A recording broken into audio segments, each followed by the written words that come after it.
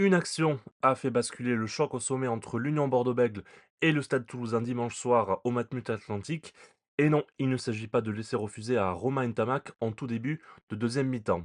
Pour ce choc entre les deux derniers finalistes des deux dernières finales du top 14, à savoir Bordeaux et Toulouse, on s'attendait à un duel très intéressant entre Mathieu Jalibert, fraîchement vainqueur du Tour Destination avec l'équipe de France, et Romain Ntamak qui faisait son grand retour à la compétition après son dernier match face à La Rochelle fin 2025.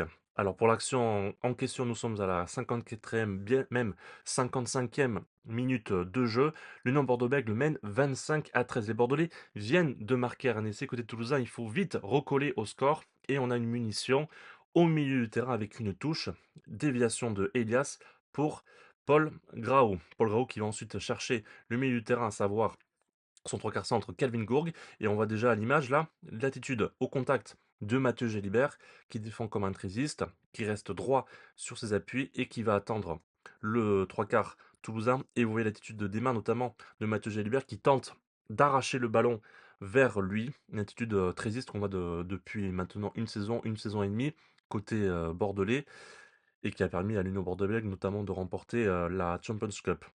On continue donc prise du milieu de terrain côté toulousain et c'est là que tout va se jouer. On voit Mathieu Gilbert qui va rusher en défense, sortir de sa ligne. Il pense gagner du terrain face à Elias, mais Elias qui va très très bien jouer le coup et qui va passer le ballon dans la chute pour Alexandre Roumat. Et c'est à partir de là que la décision va se faire. Alexandre Roumat, en fait, qui a mal géré le timing de passe, son timing de jeu. Pourquoi? Parce qu'on voit côté toulousain, on est en supériorité numérique. Pierre-Louis Barassi à hauteur, Romain Tamac, Teddy Thomas en embuscade, et l'ailier toulousain, je crois que c'était déjà Richardis qui était rentré en cours de jeu. Donc côté toulousain, on est à 4 attaquants face à 2 défenseurs bordelais, un surnombre évident, et en fait Alexandre Romat va faire sa passe un peu trop tôt. C'est-à-dire que Pierre-Louis Barassi n'est pas à hauteur d'Alexandre Romat, et donc Damien Penaud a le temps de s'organiser, a le temps de revenir sur ses appuis et d'aller plaquer Pierre-Louis Barassi qui est servi à hauteur. Si Pierre-Louis Barassi avait été à hauteur d'Alexandre Roumat, Damien Penaud aurait été obligé de rester jusqu'au tout dernier moment sur ses appuis pour ne pas laisser un espace, pour ne pas laisser un intervalle ici, là, à Pierre-Louis Barassi.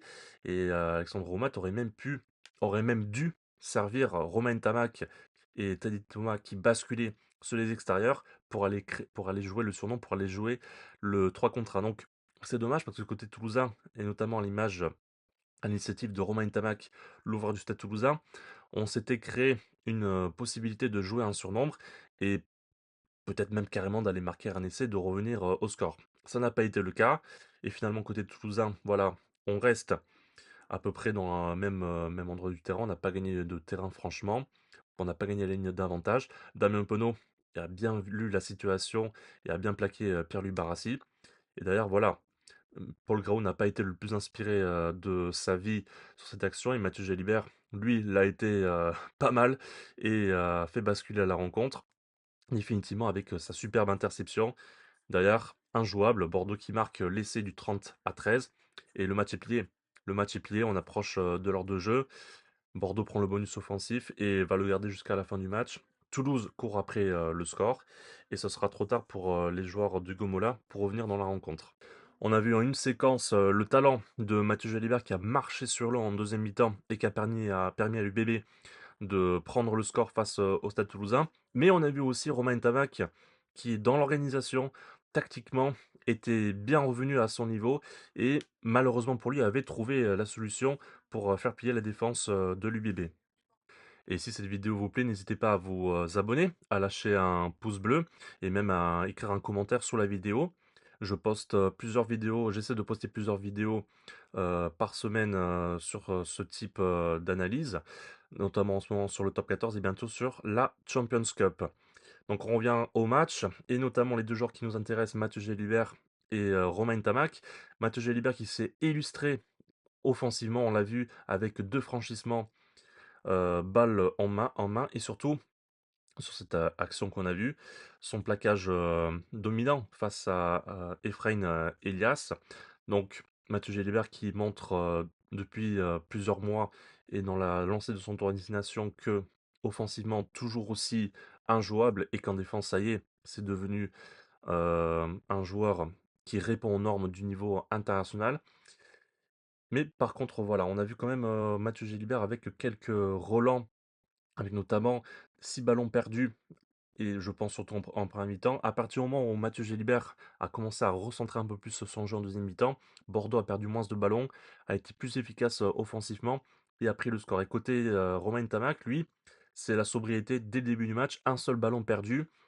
Donc c'est intéressant d'avoir quand même pour l'équipe de France, ça, parce que c'est ça le sujet de fond, c'est l'équipe de France, avoir deux ouvreurs de niveau international, de haut niveau, d'avoir deux ouvreurs avec deux caractéristiques assez différentes, mais quand même qui convergent, notamment Mathieu Gilbert ces dernières années, ces derniers mois, qui convergent vers un profil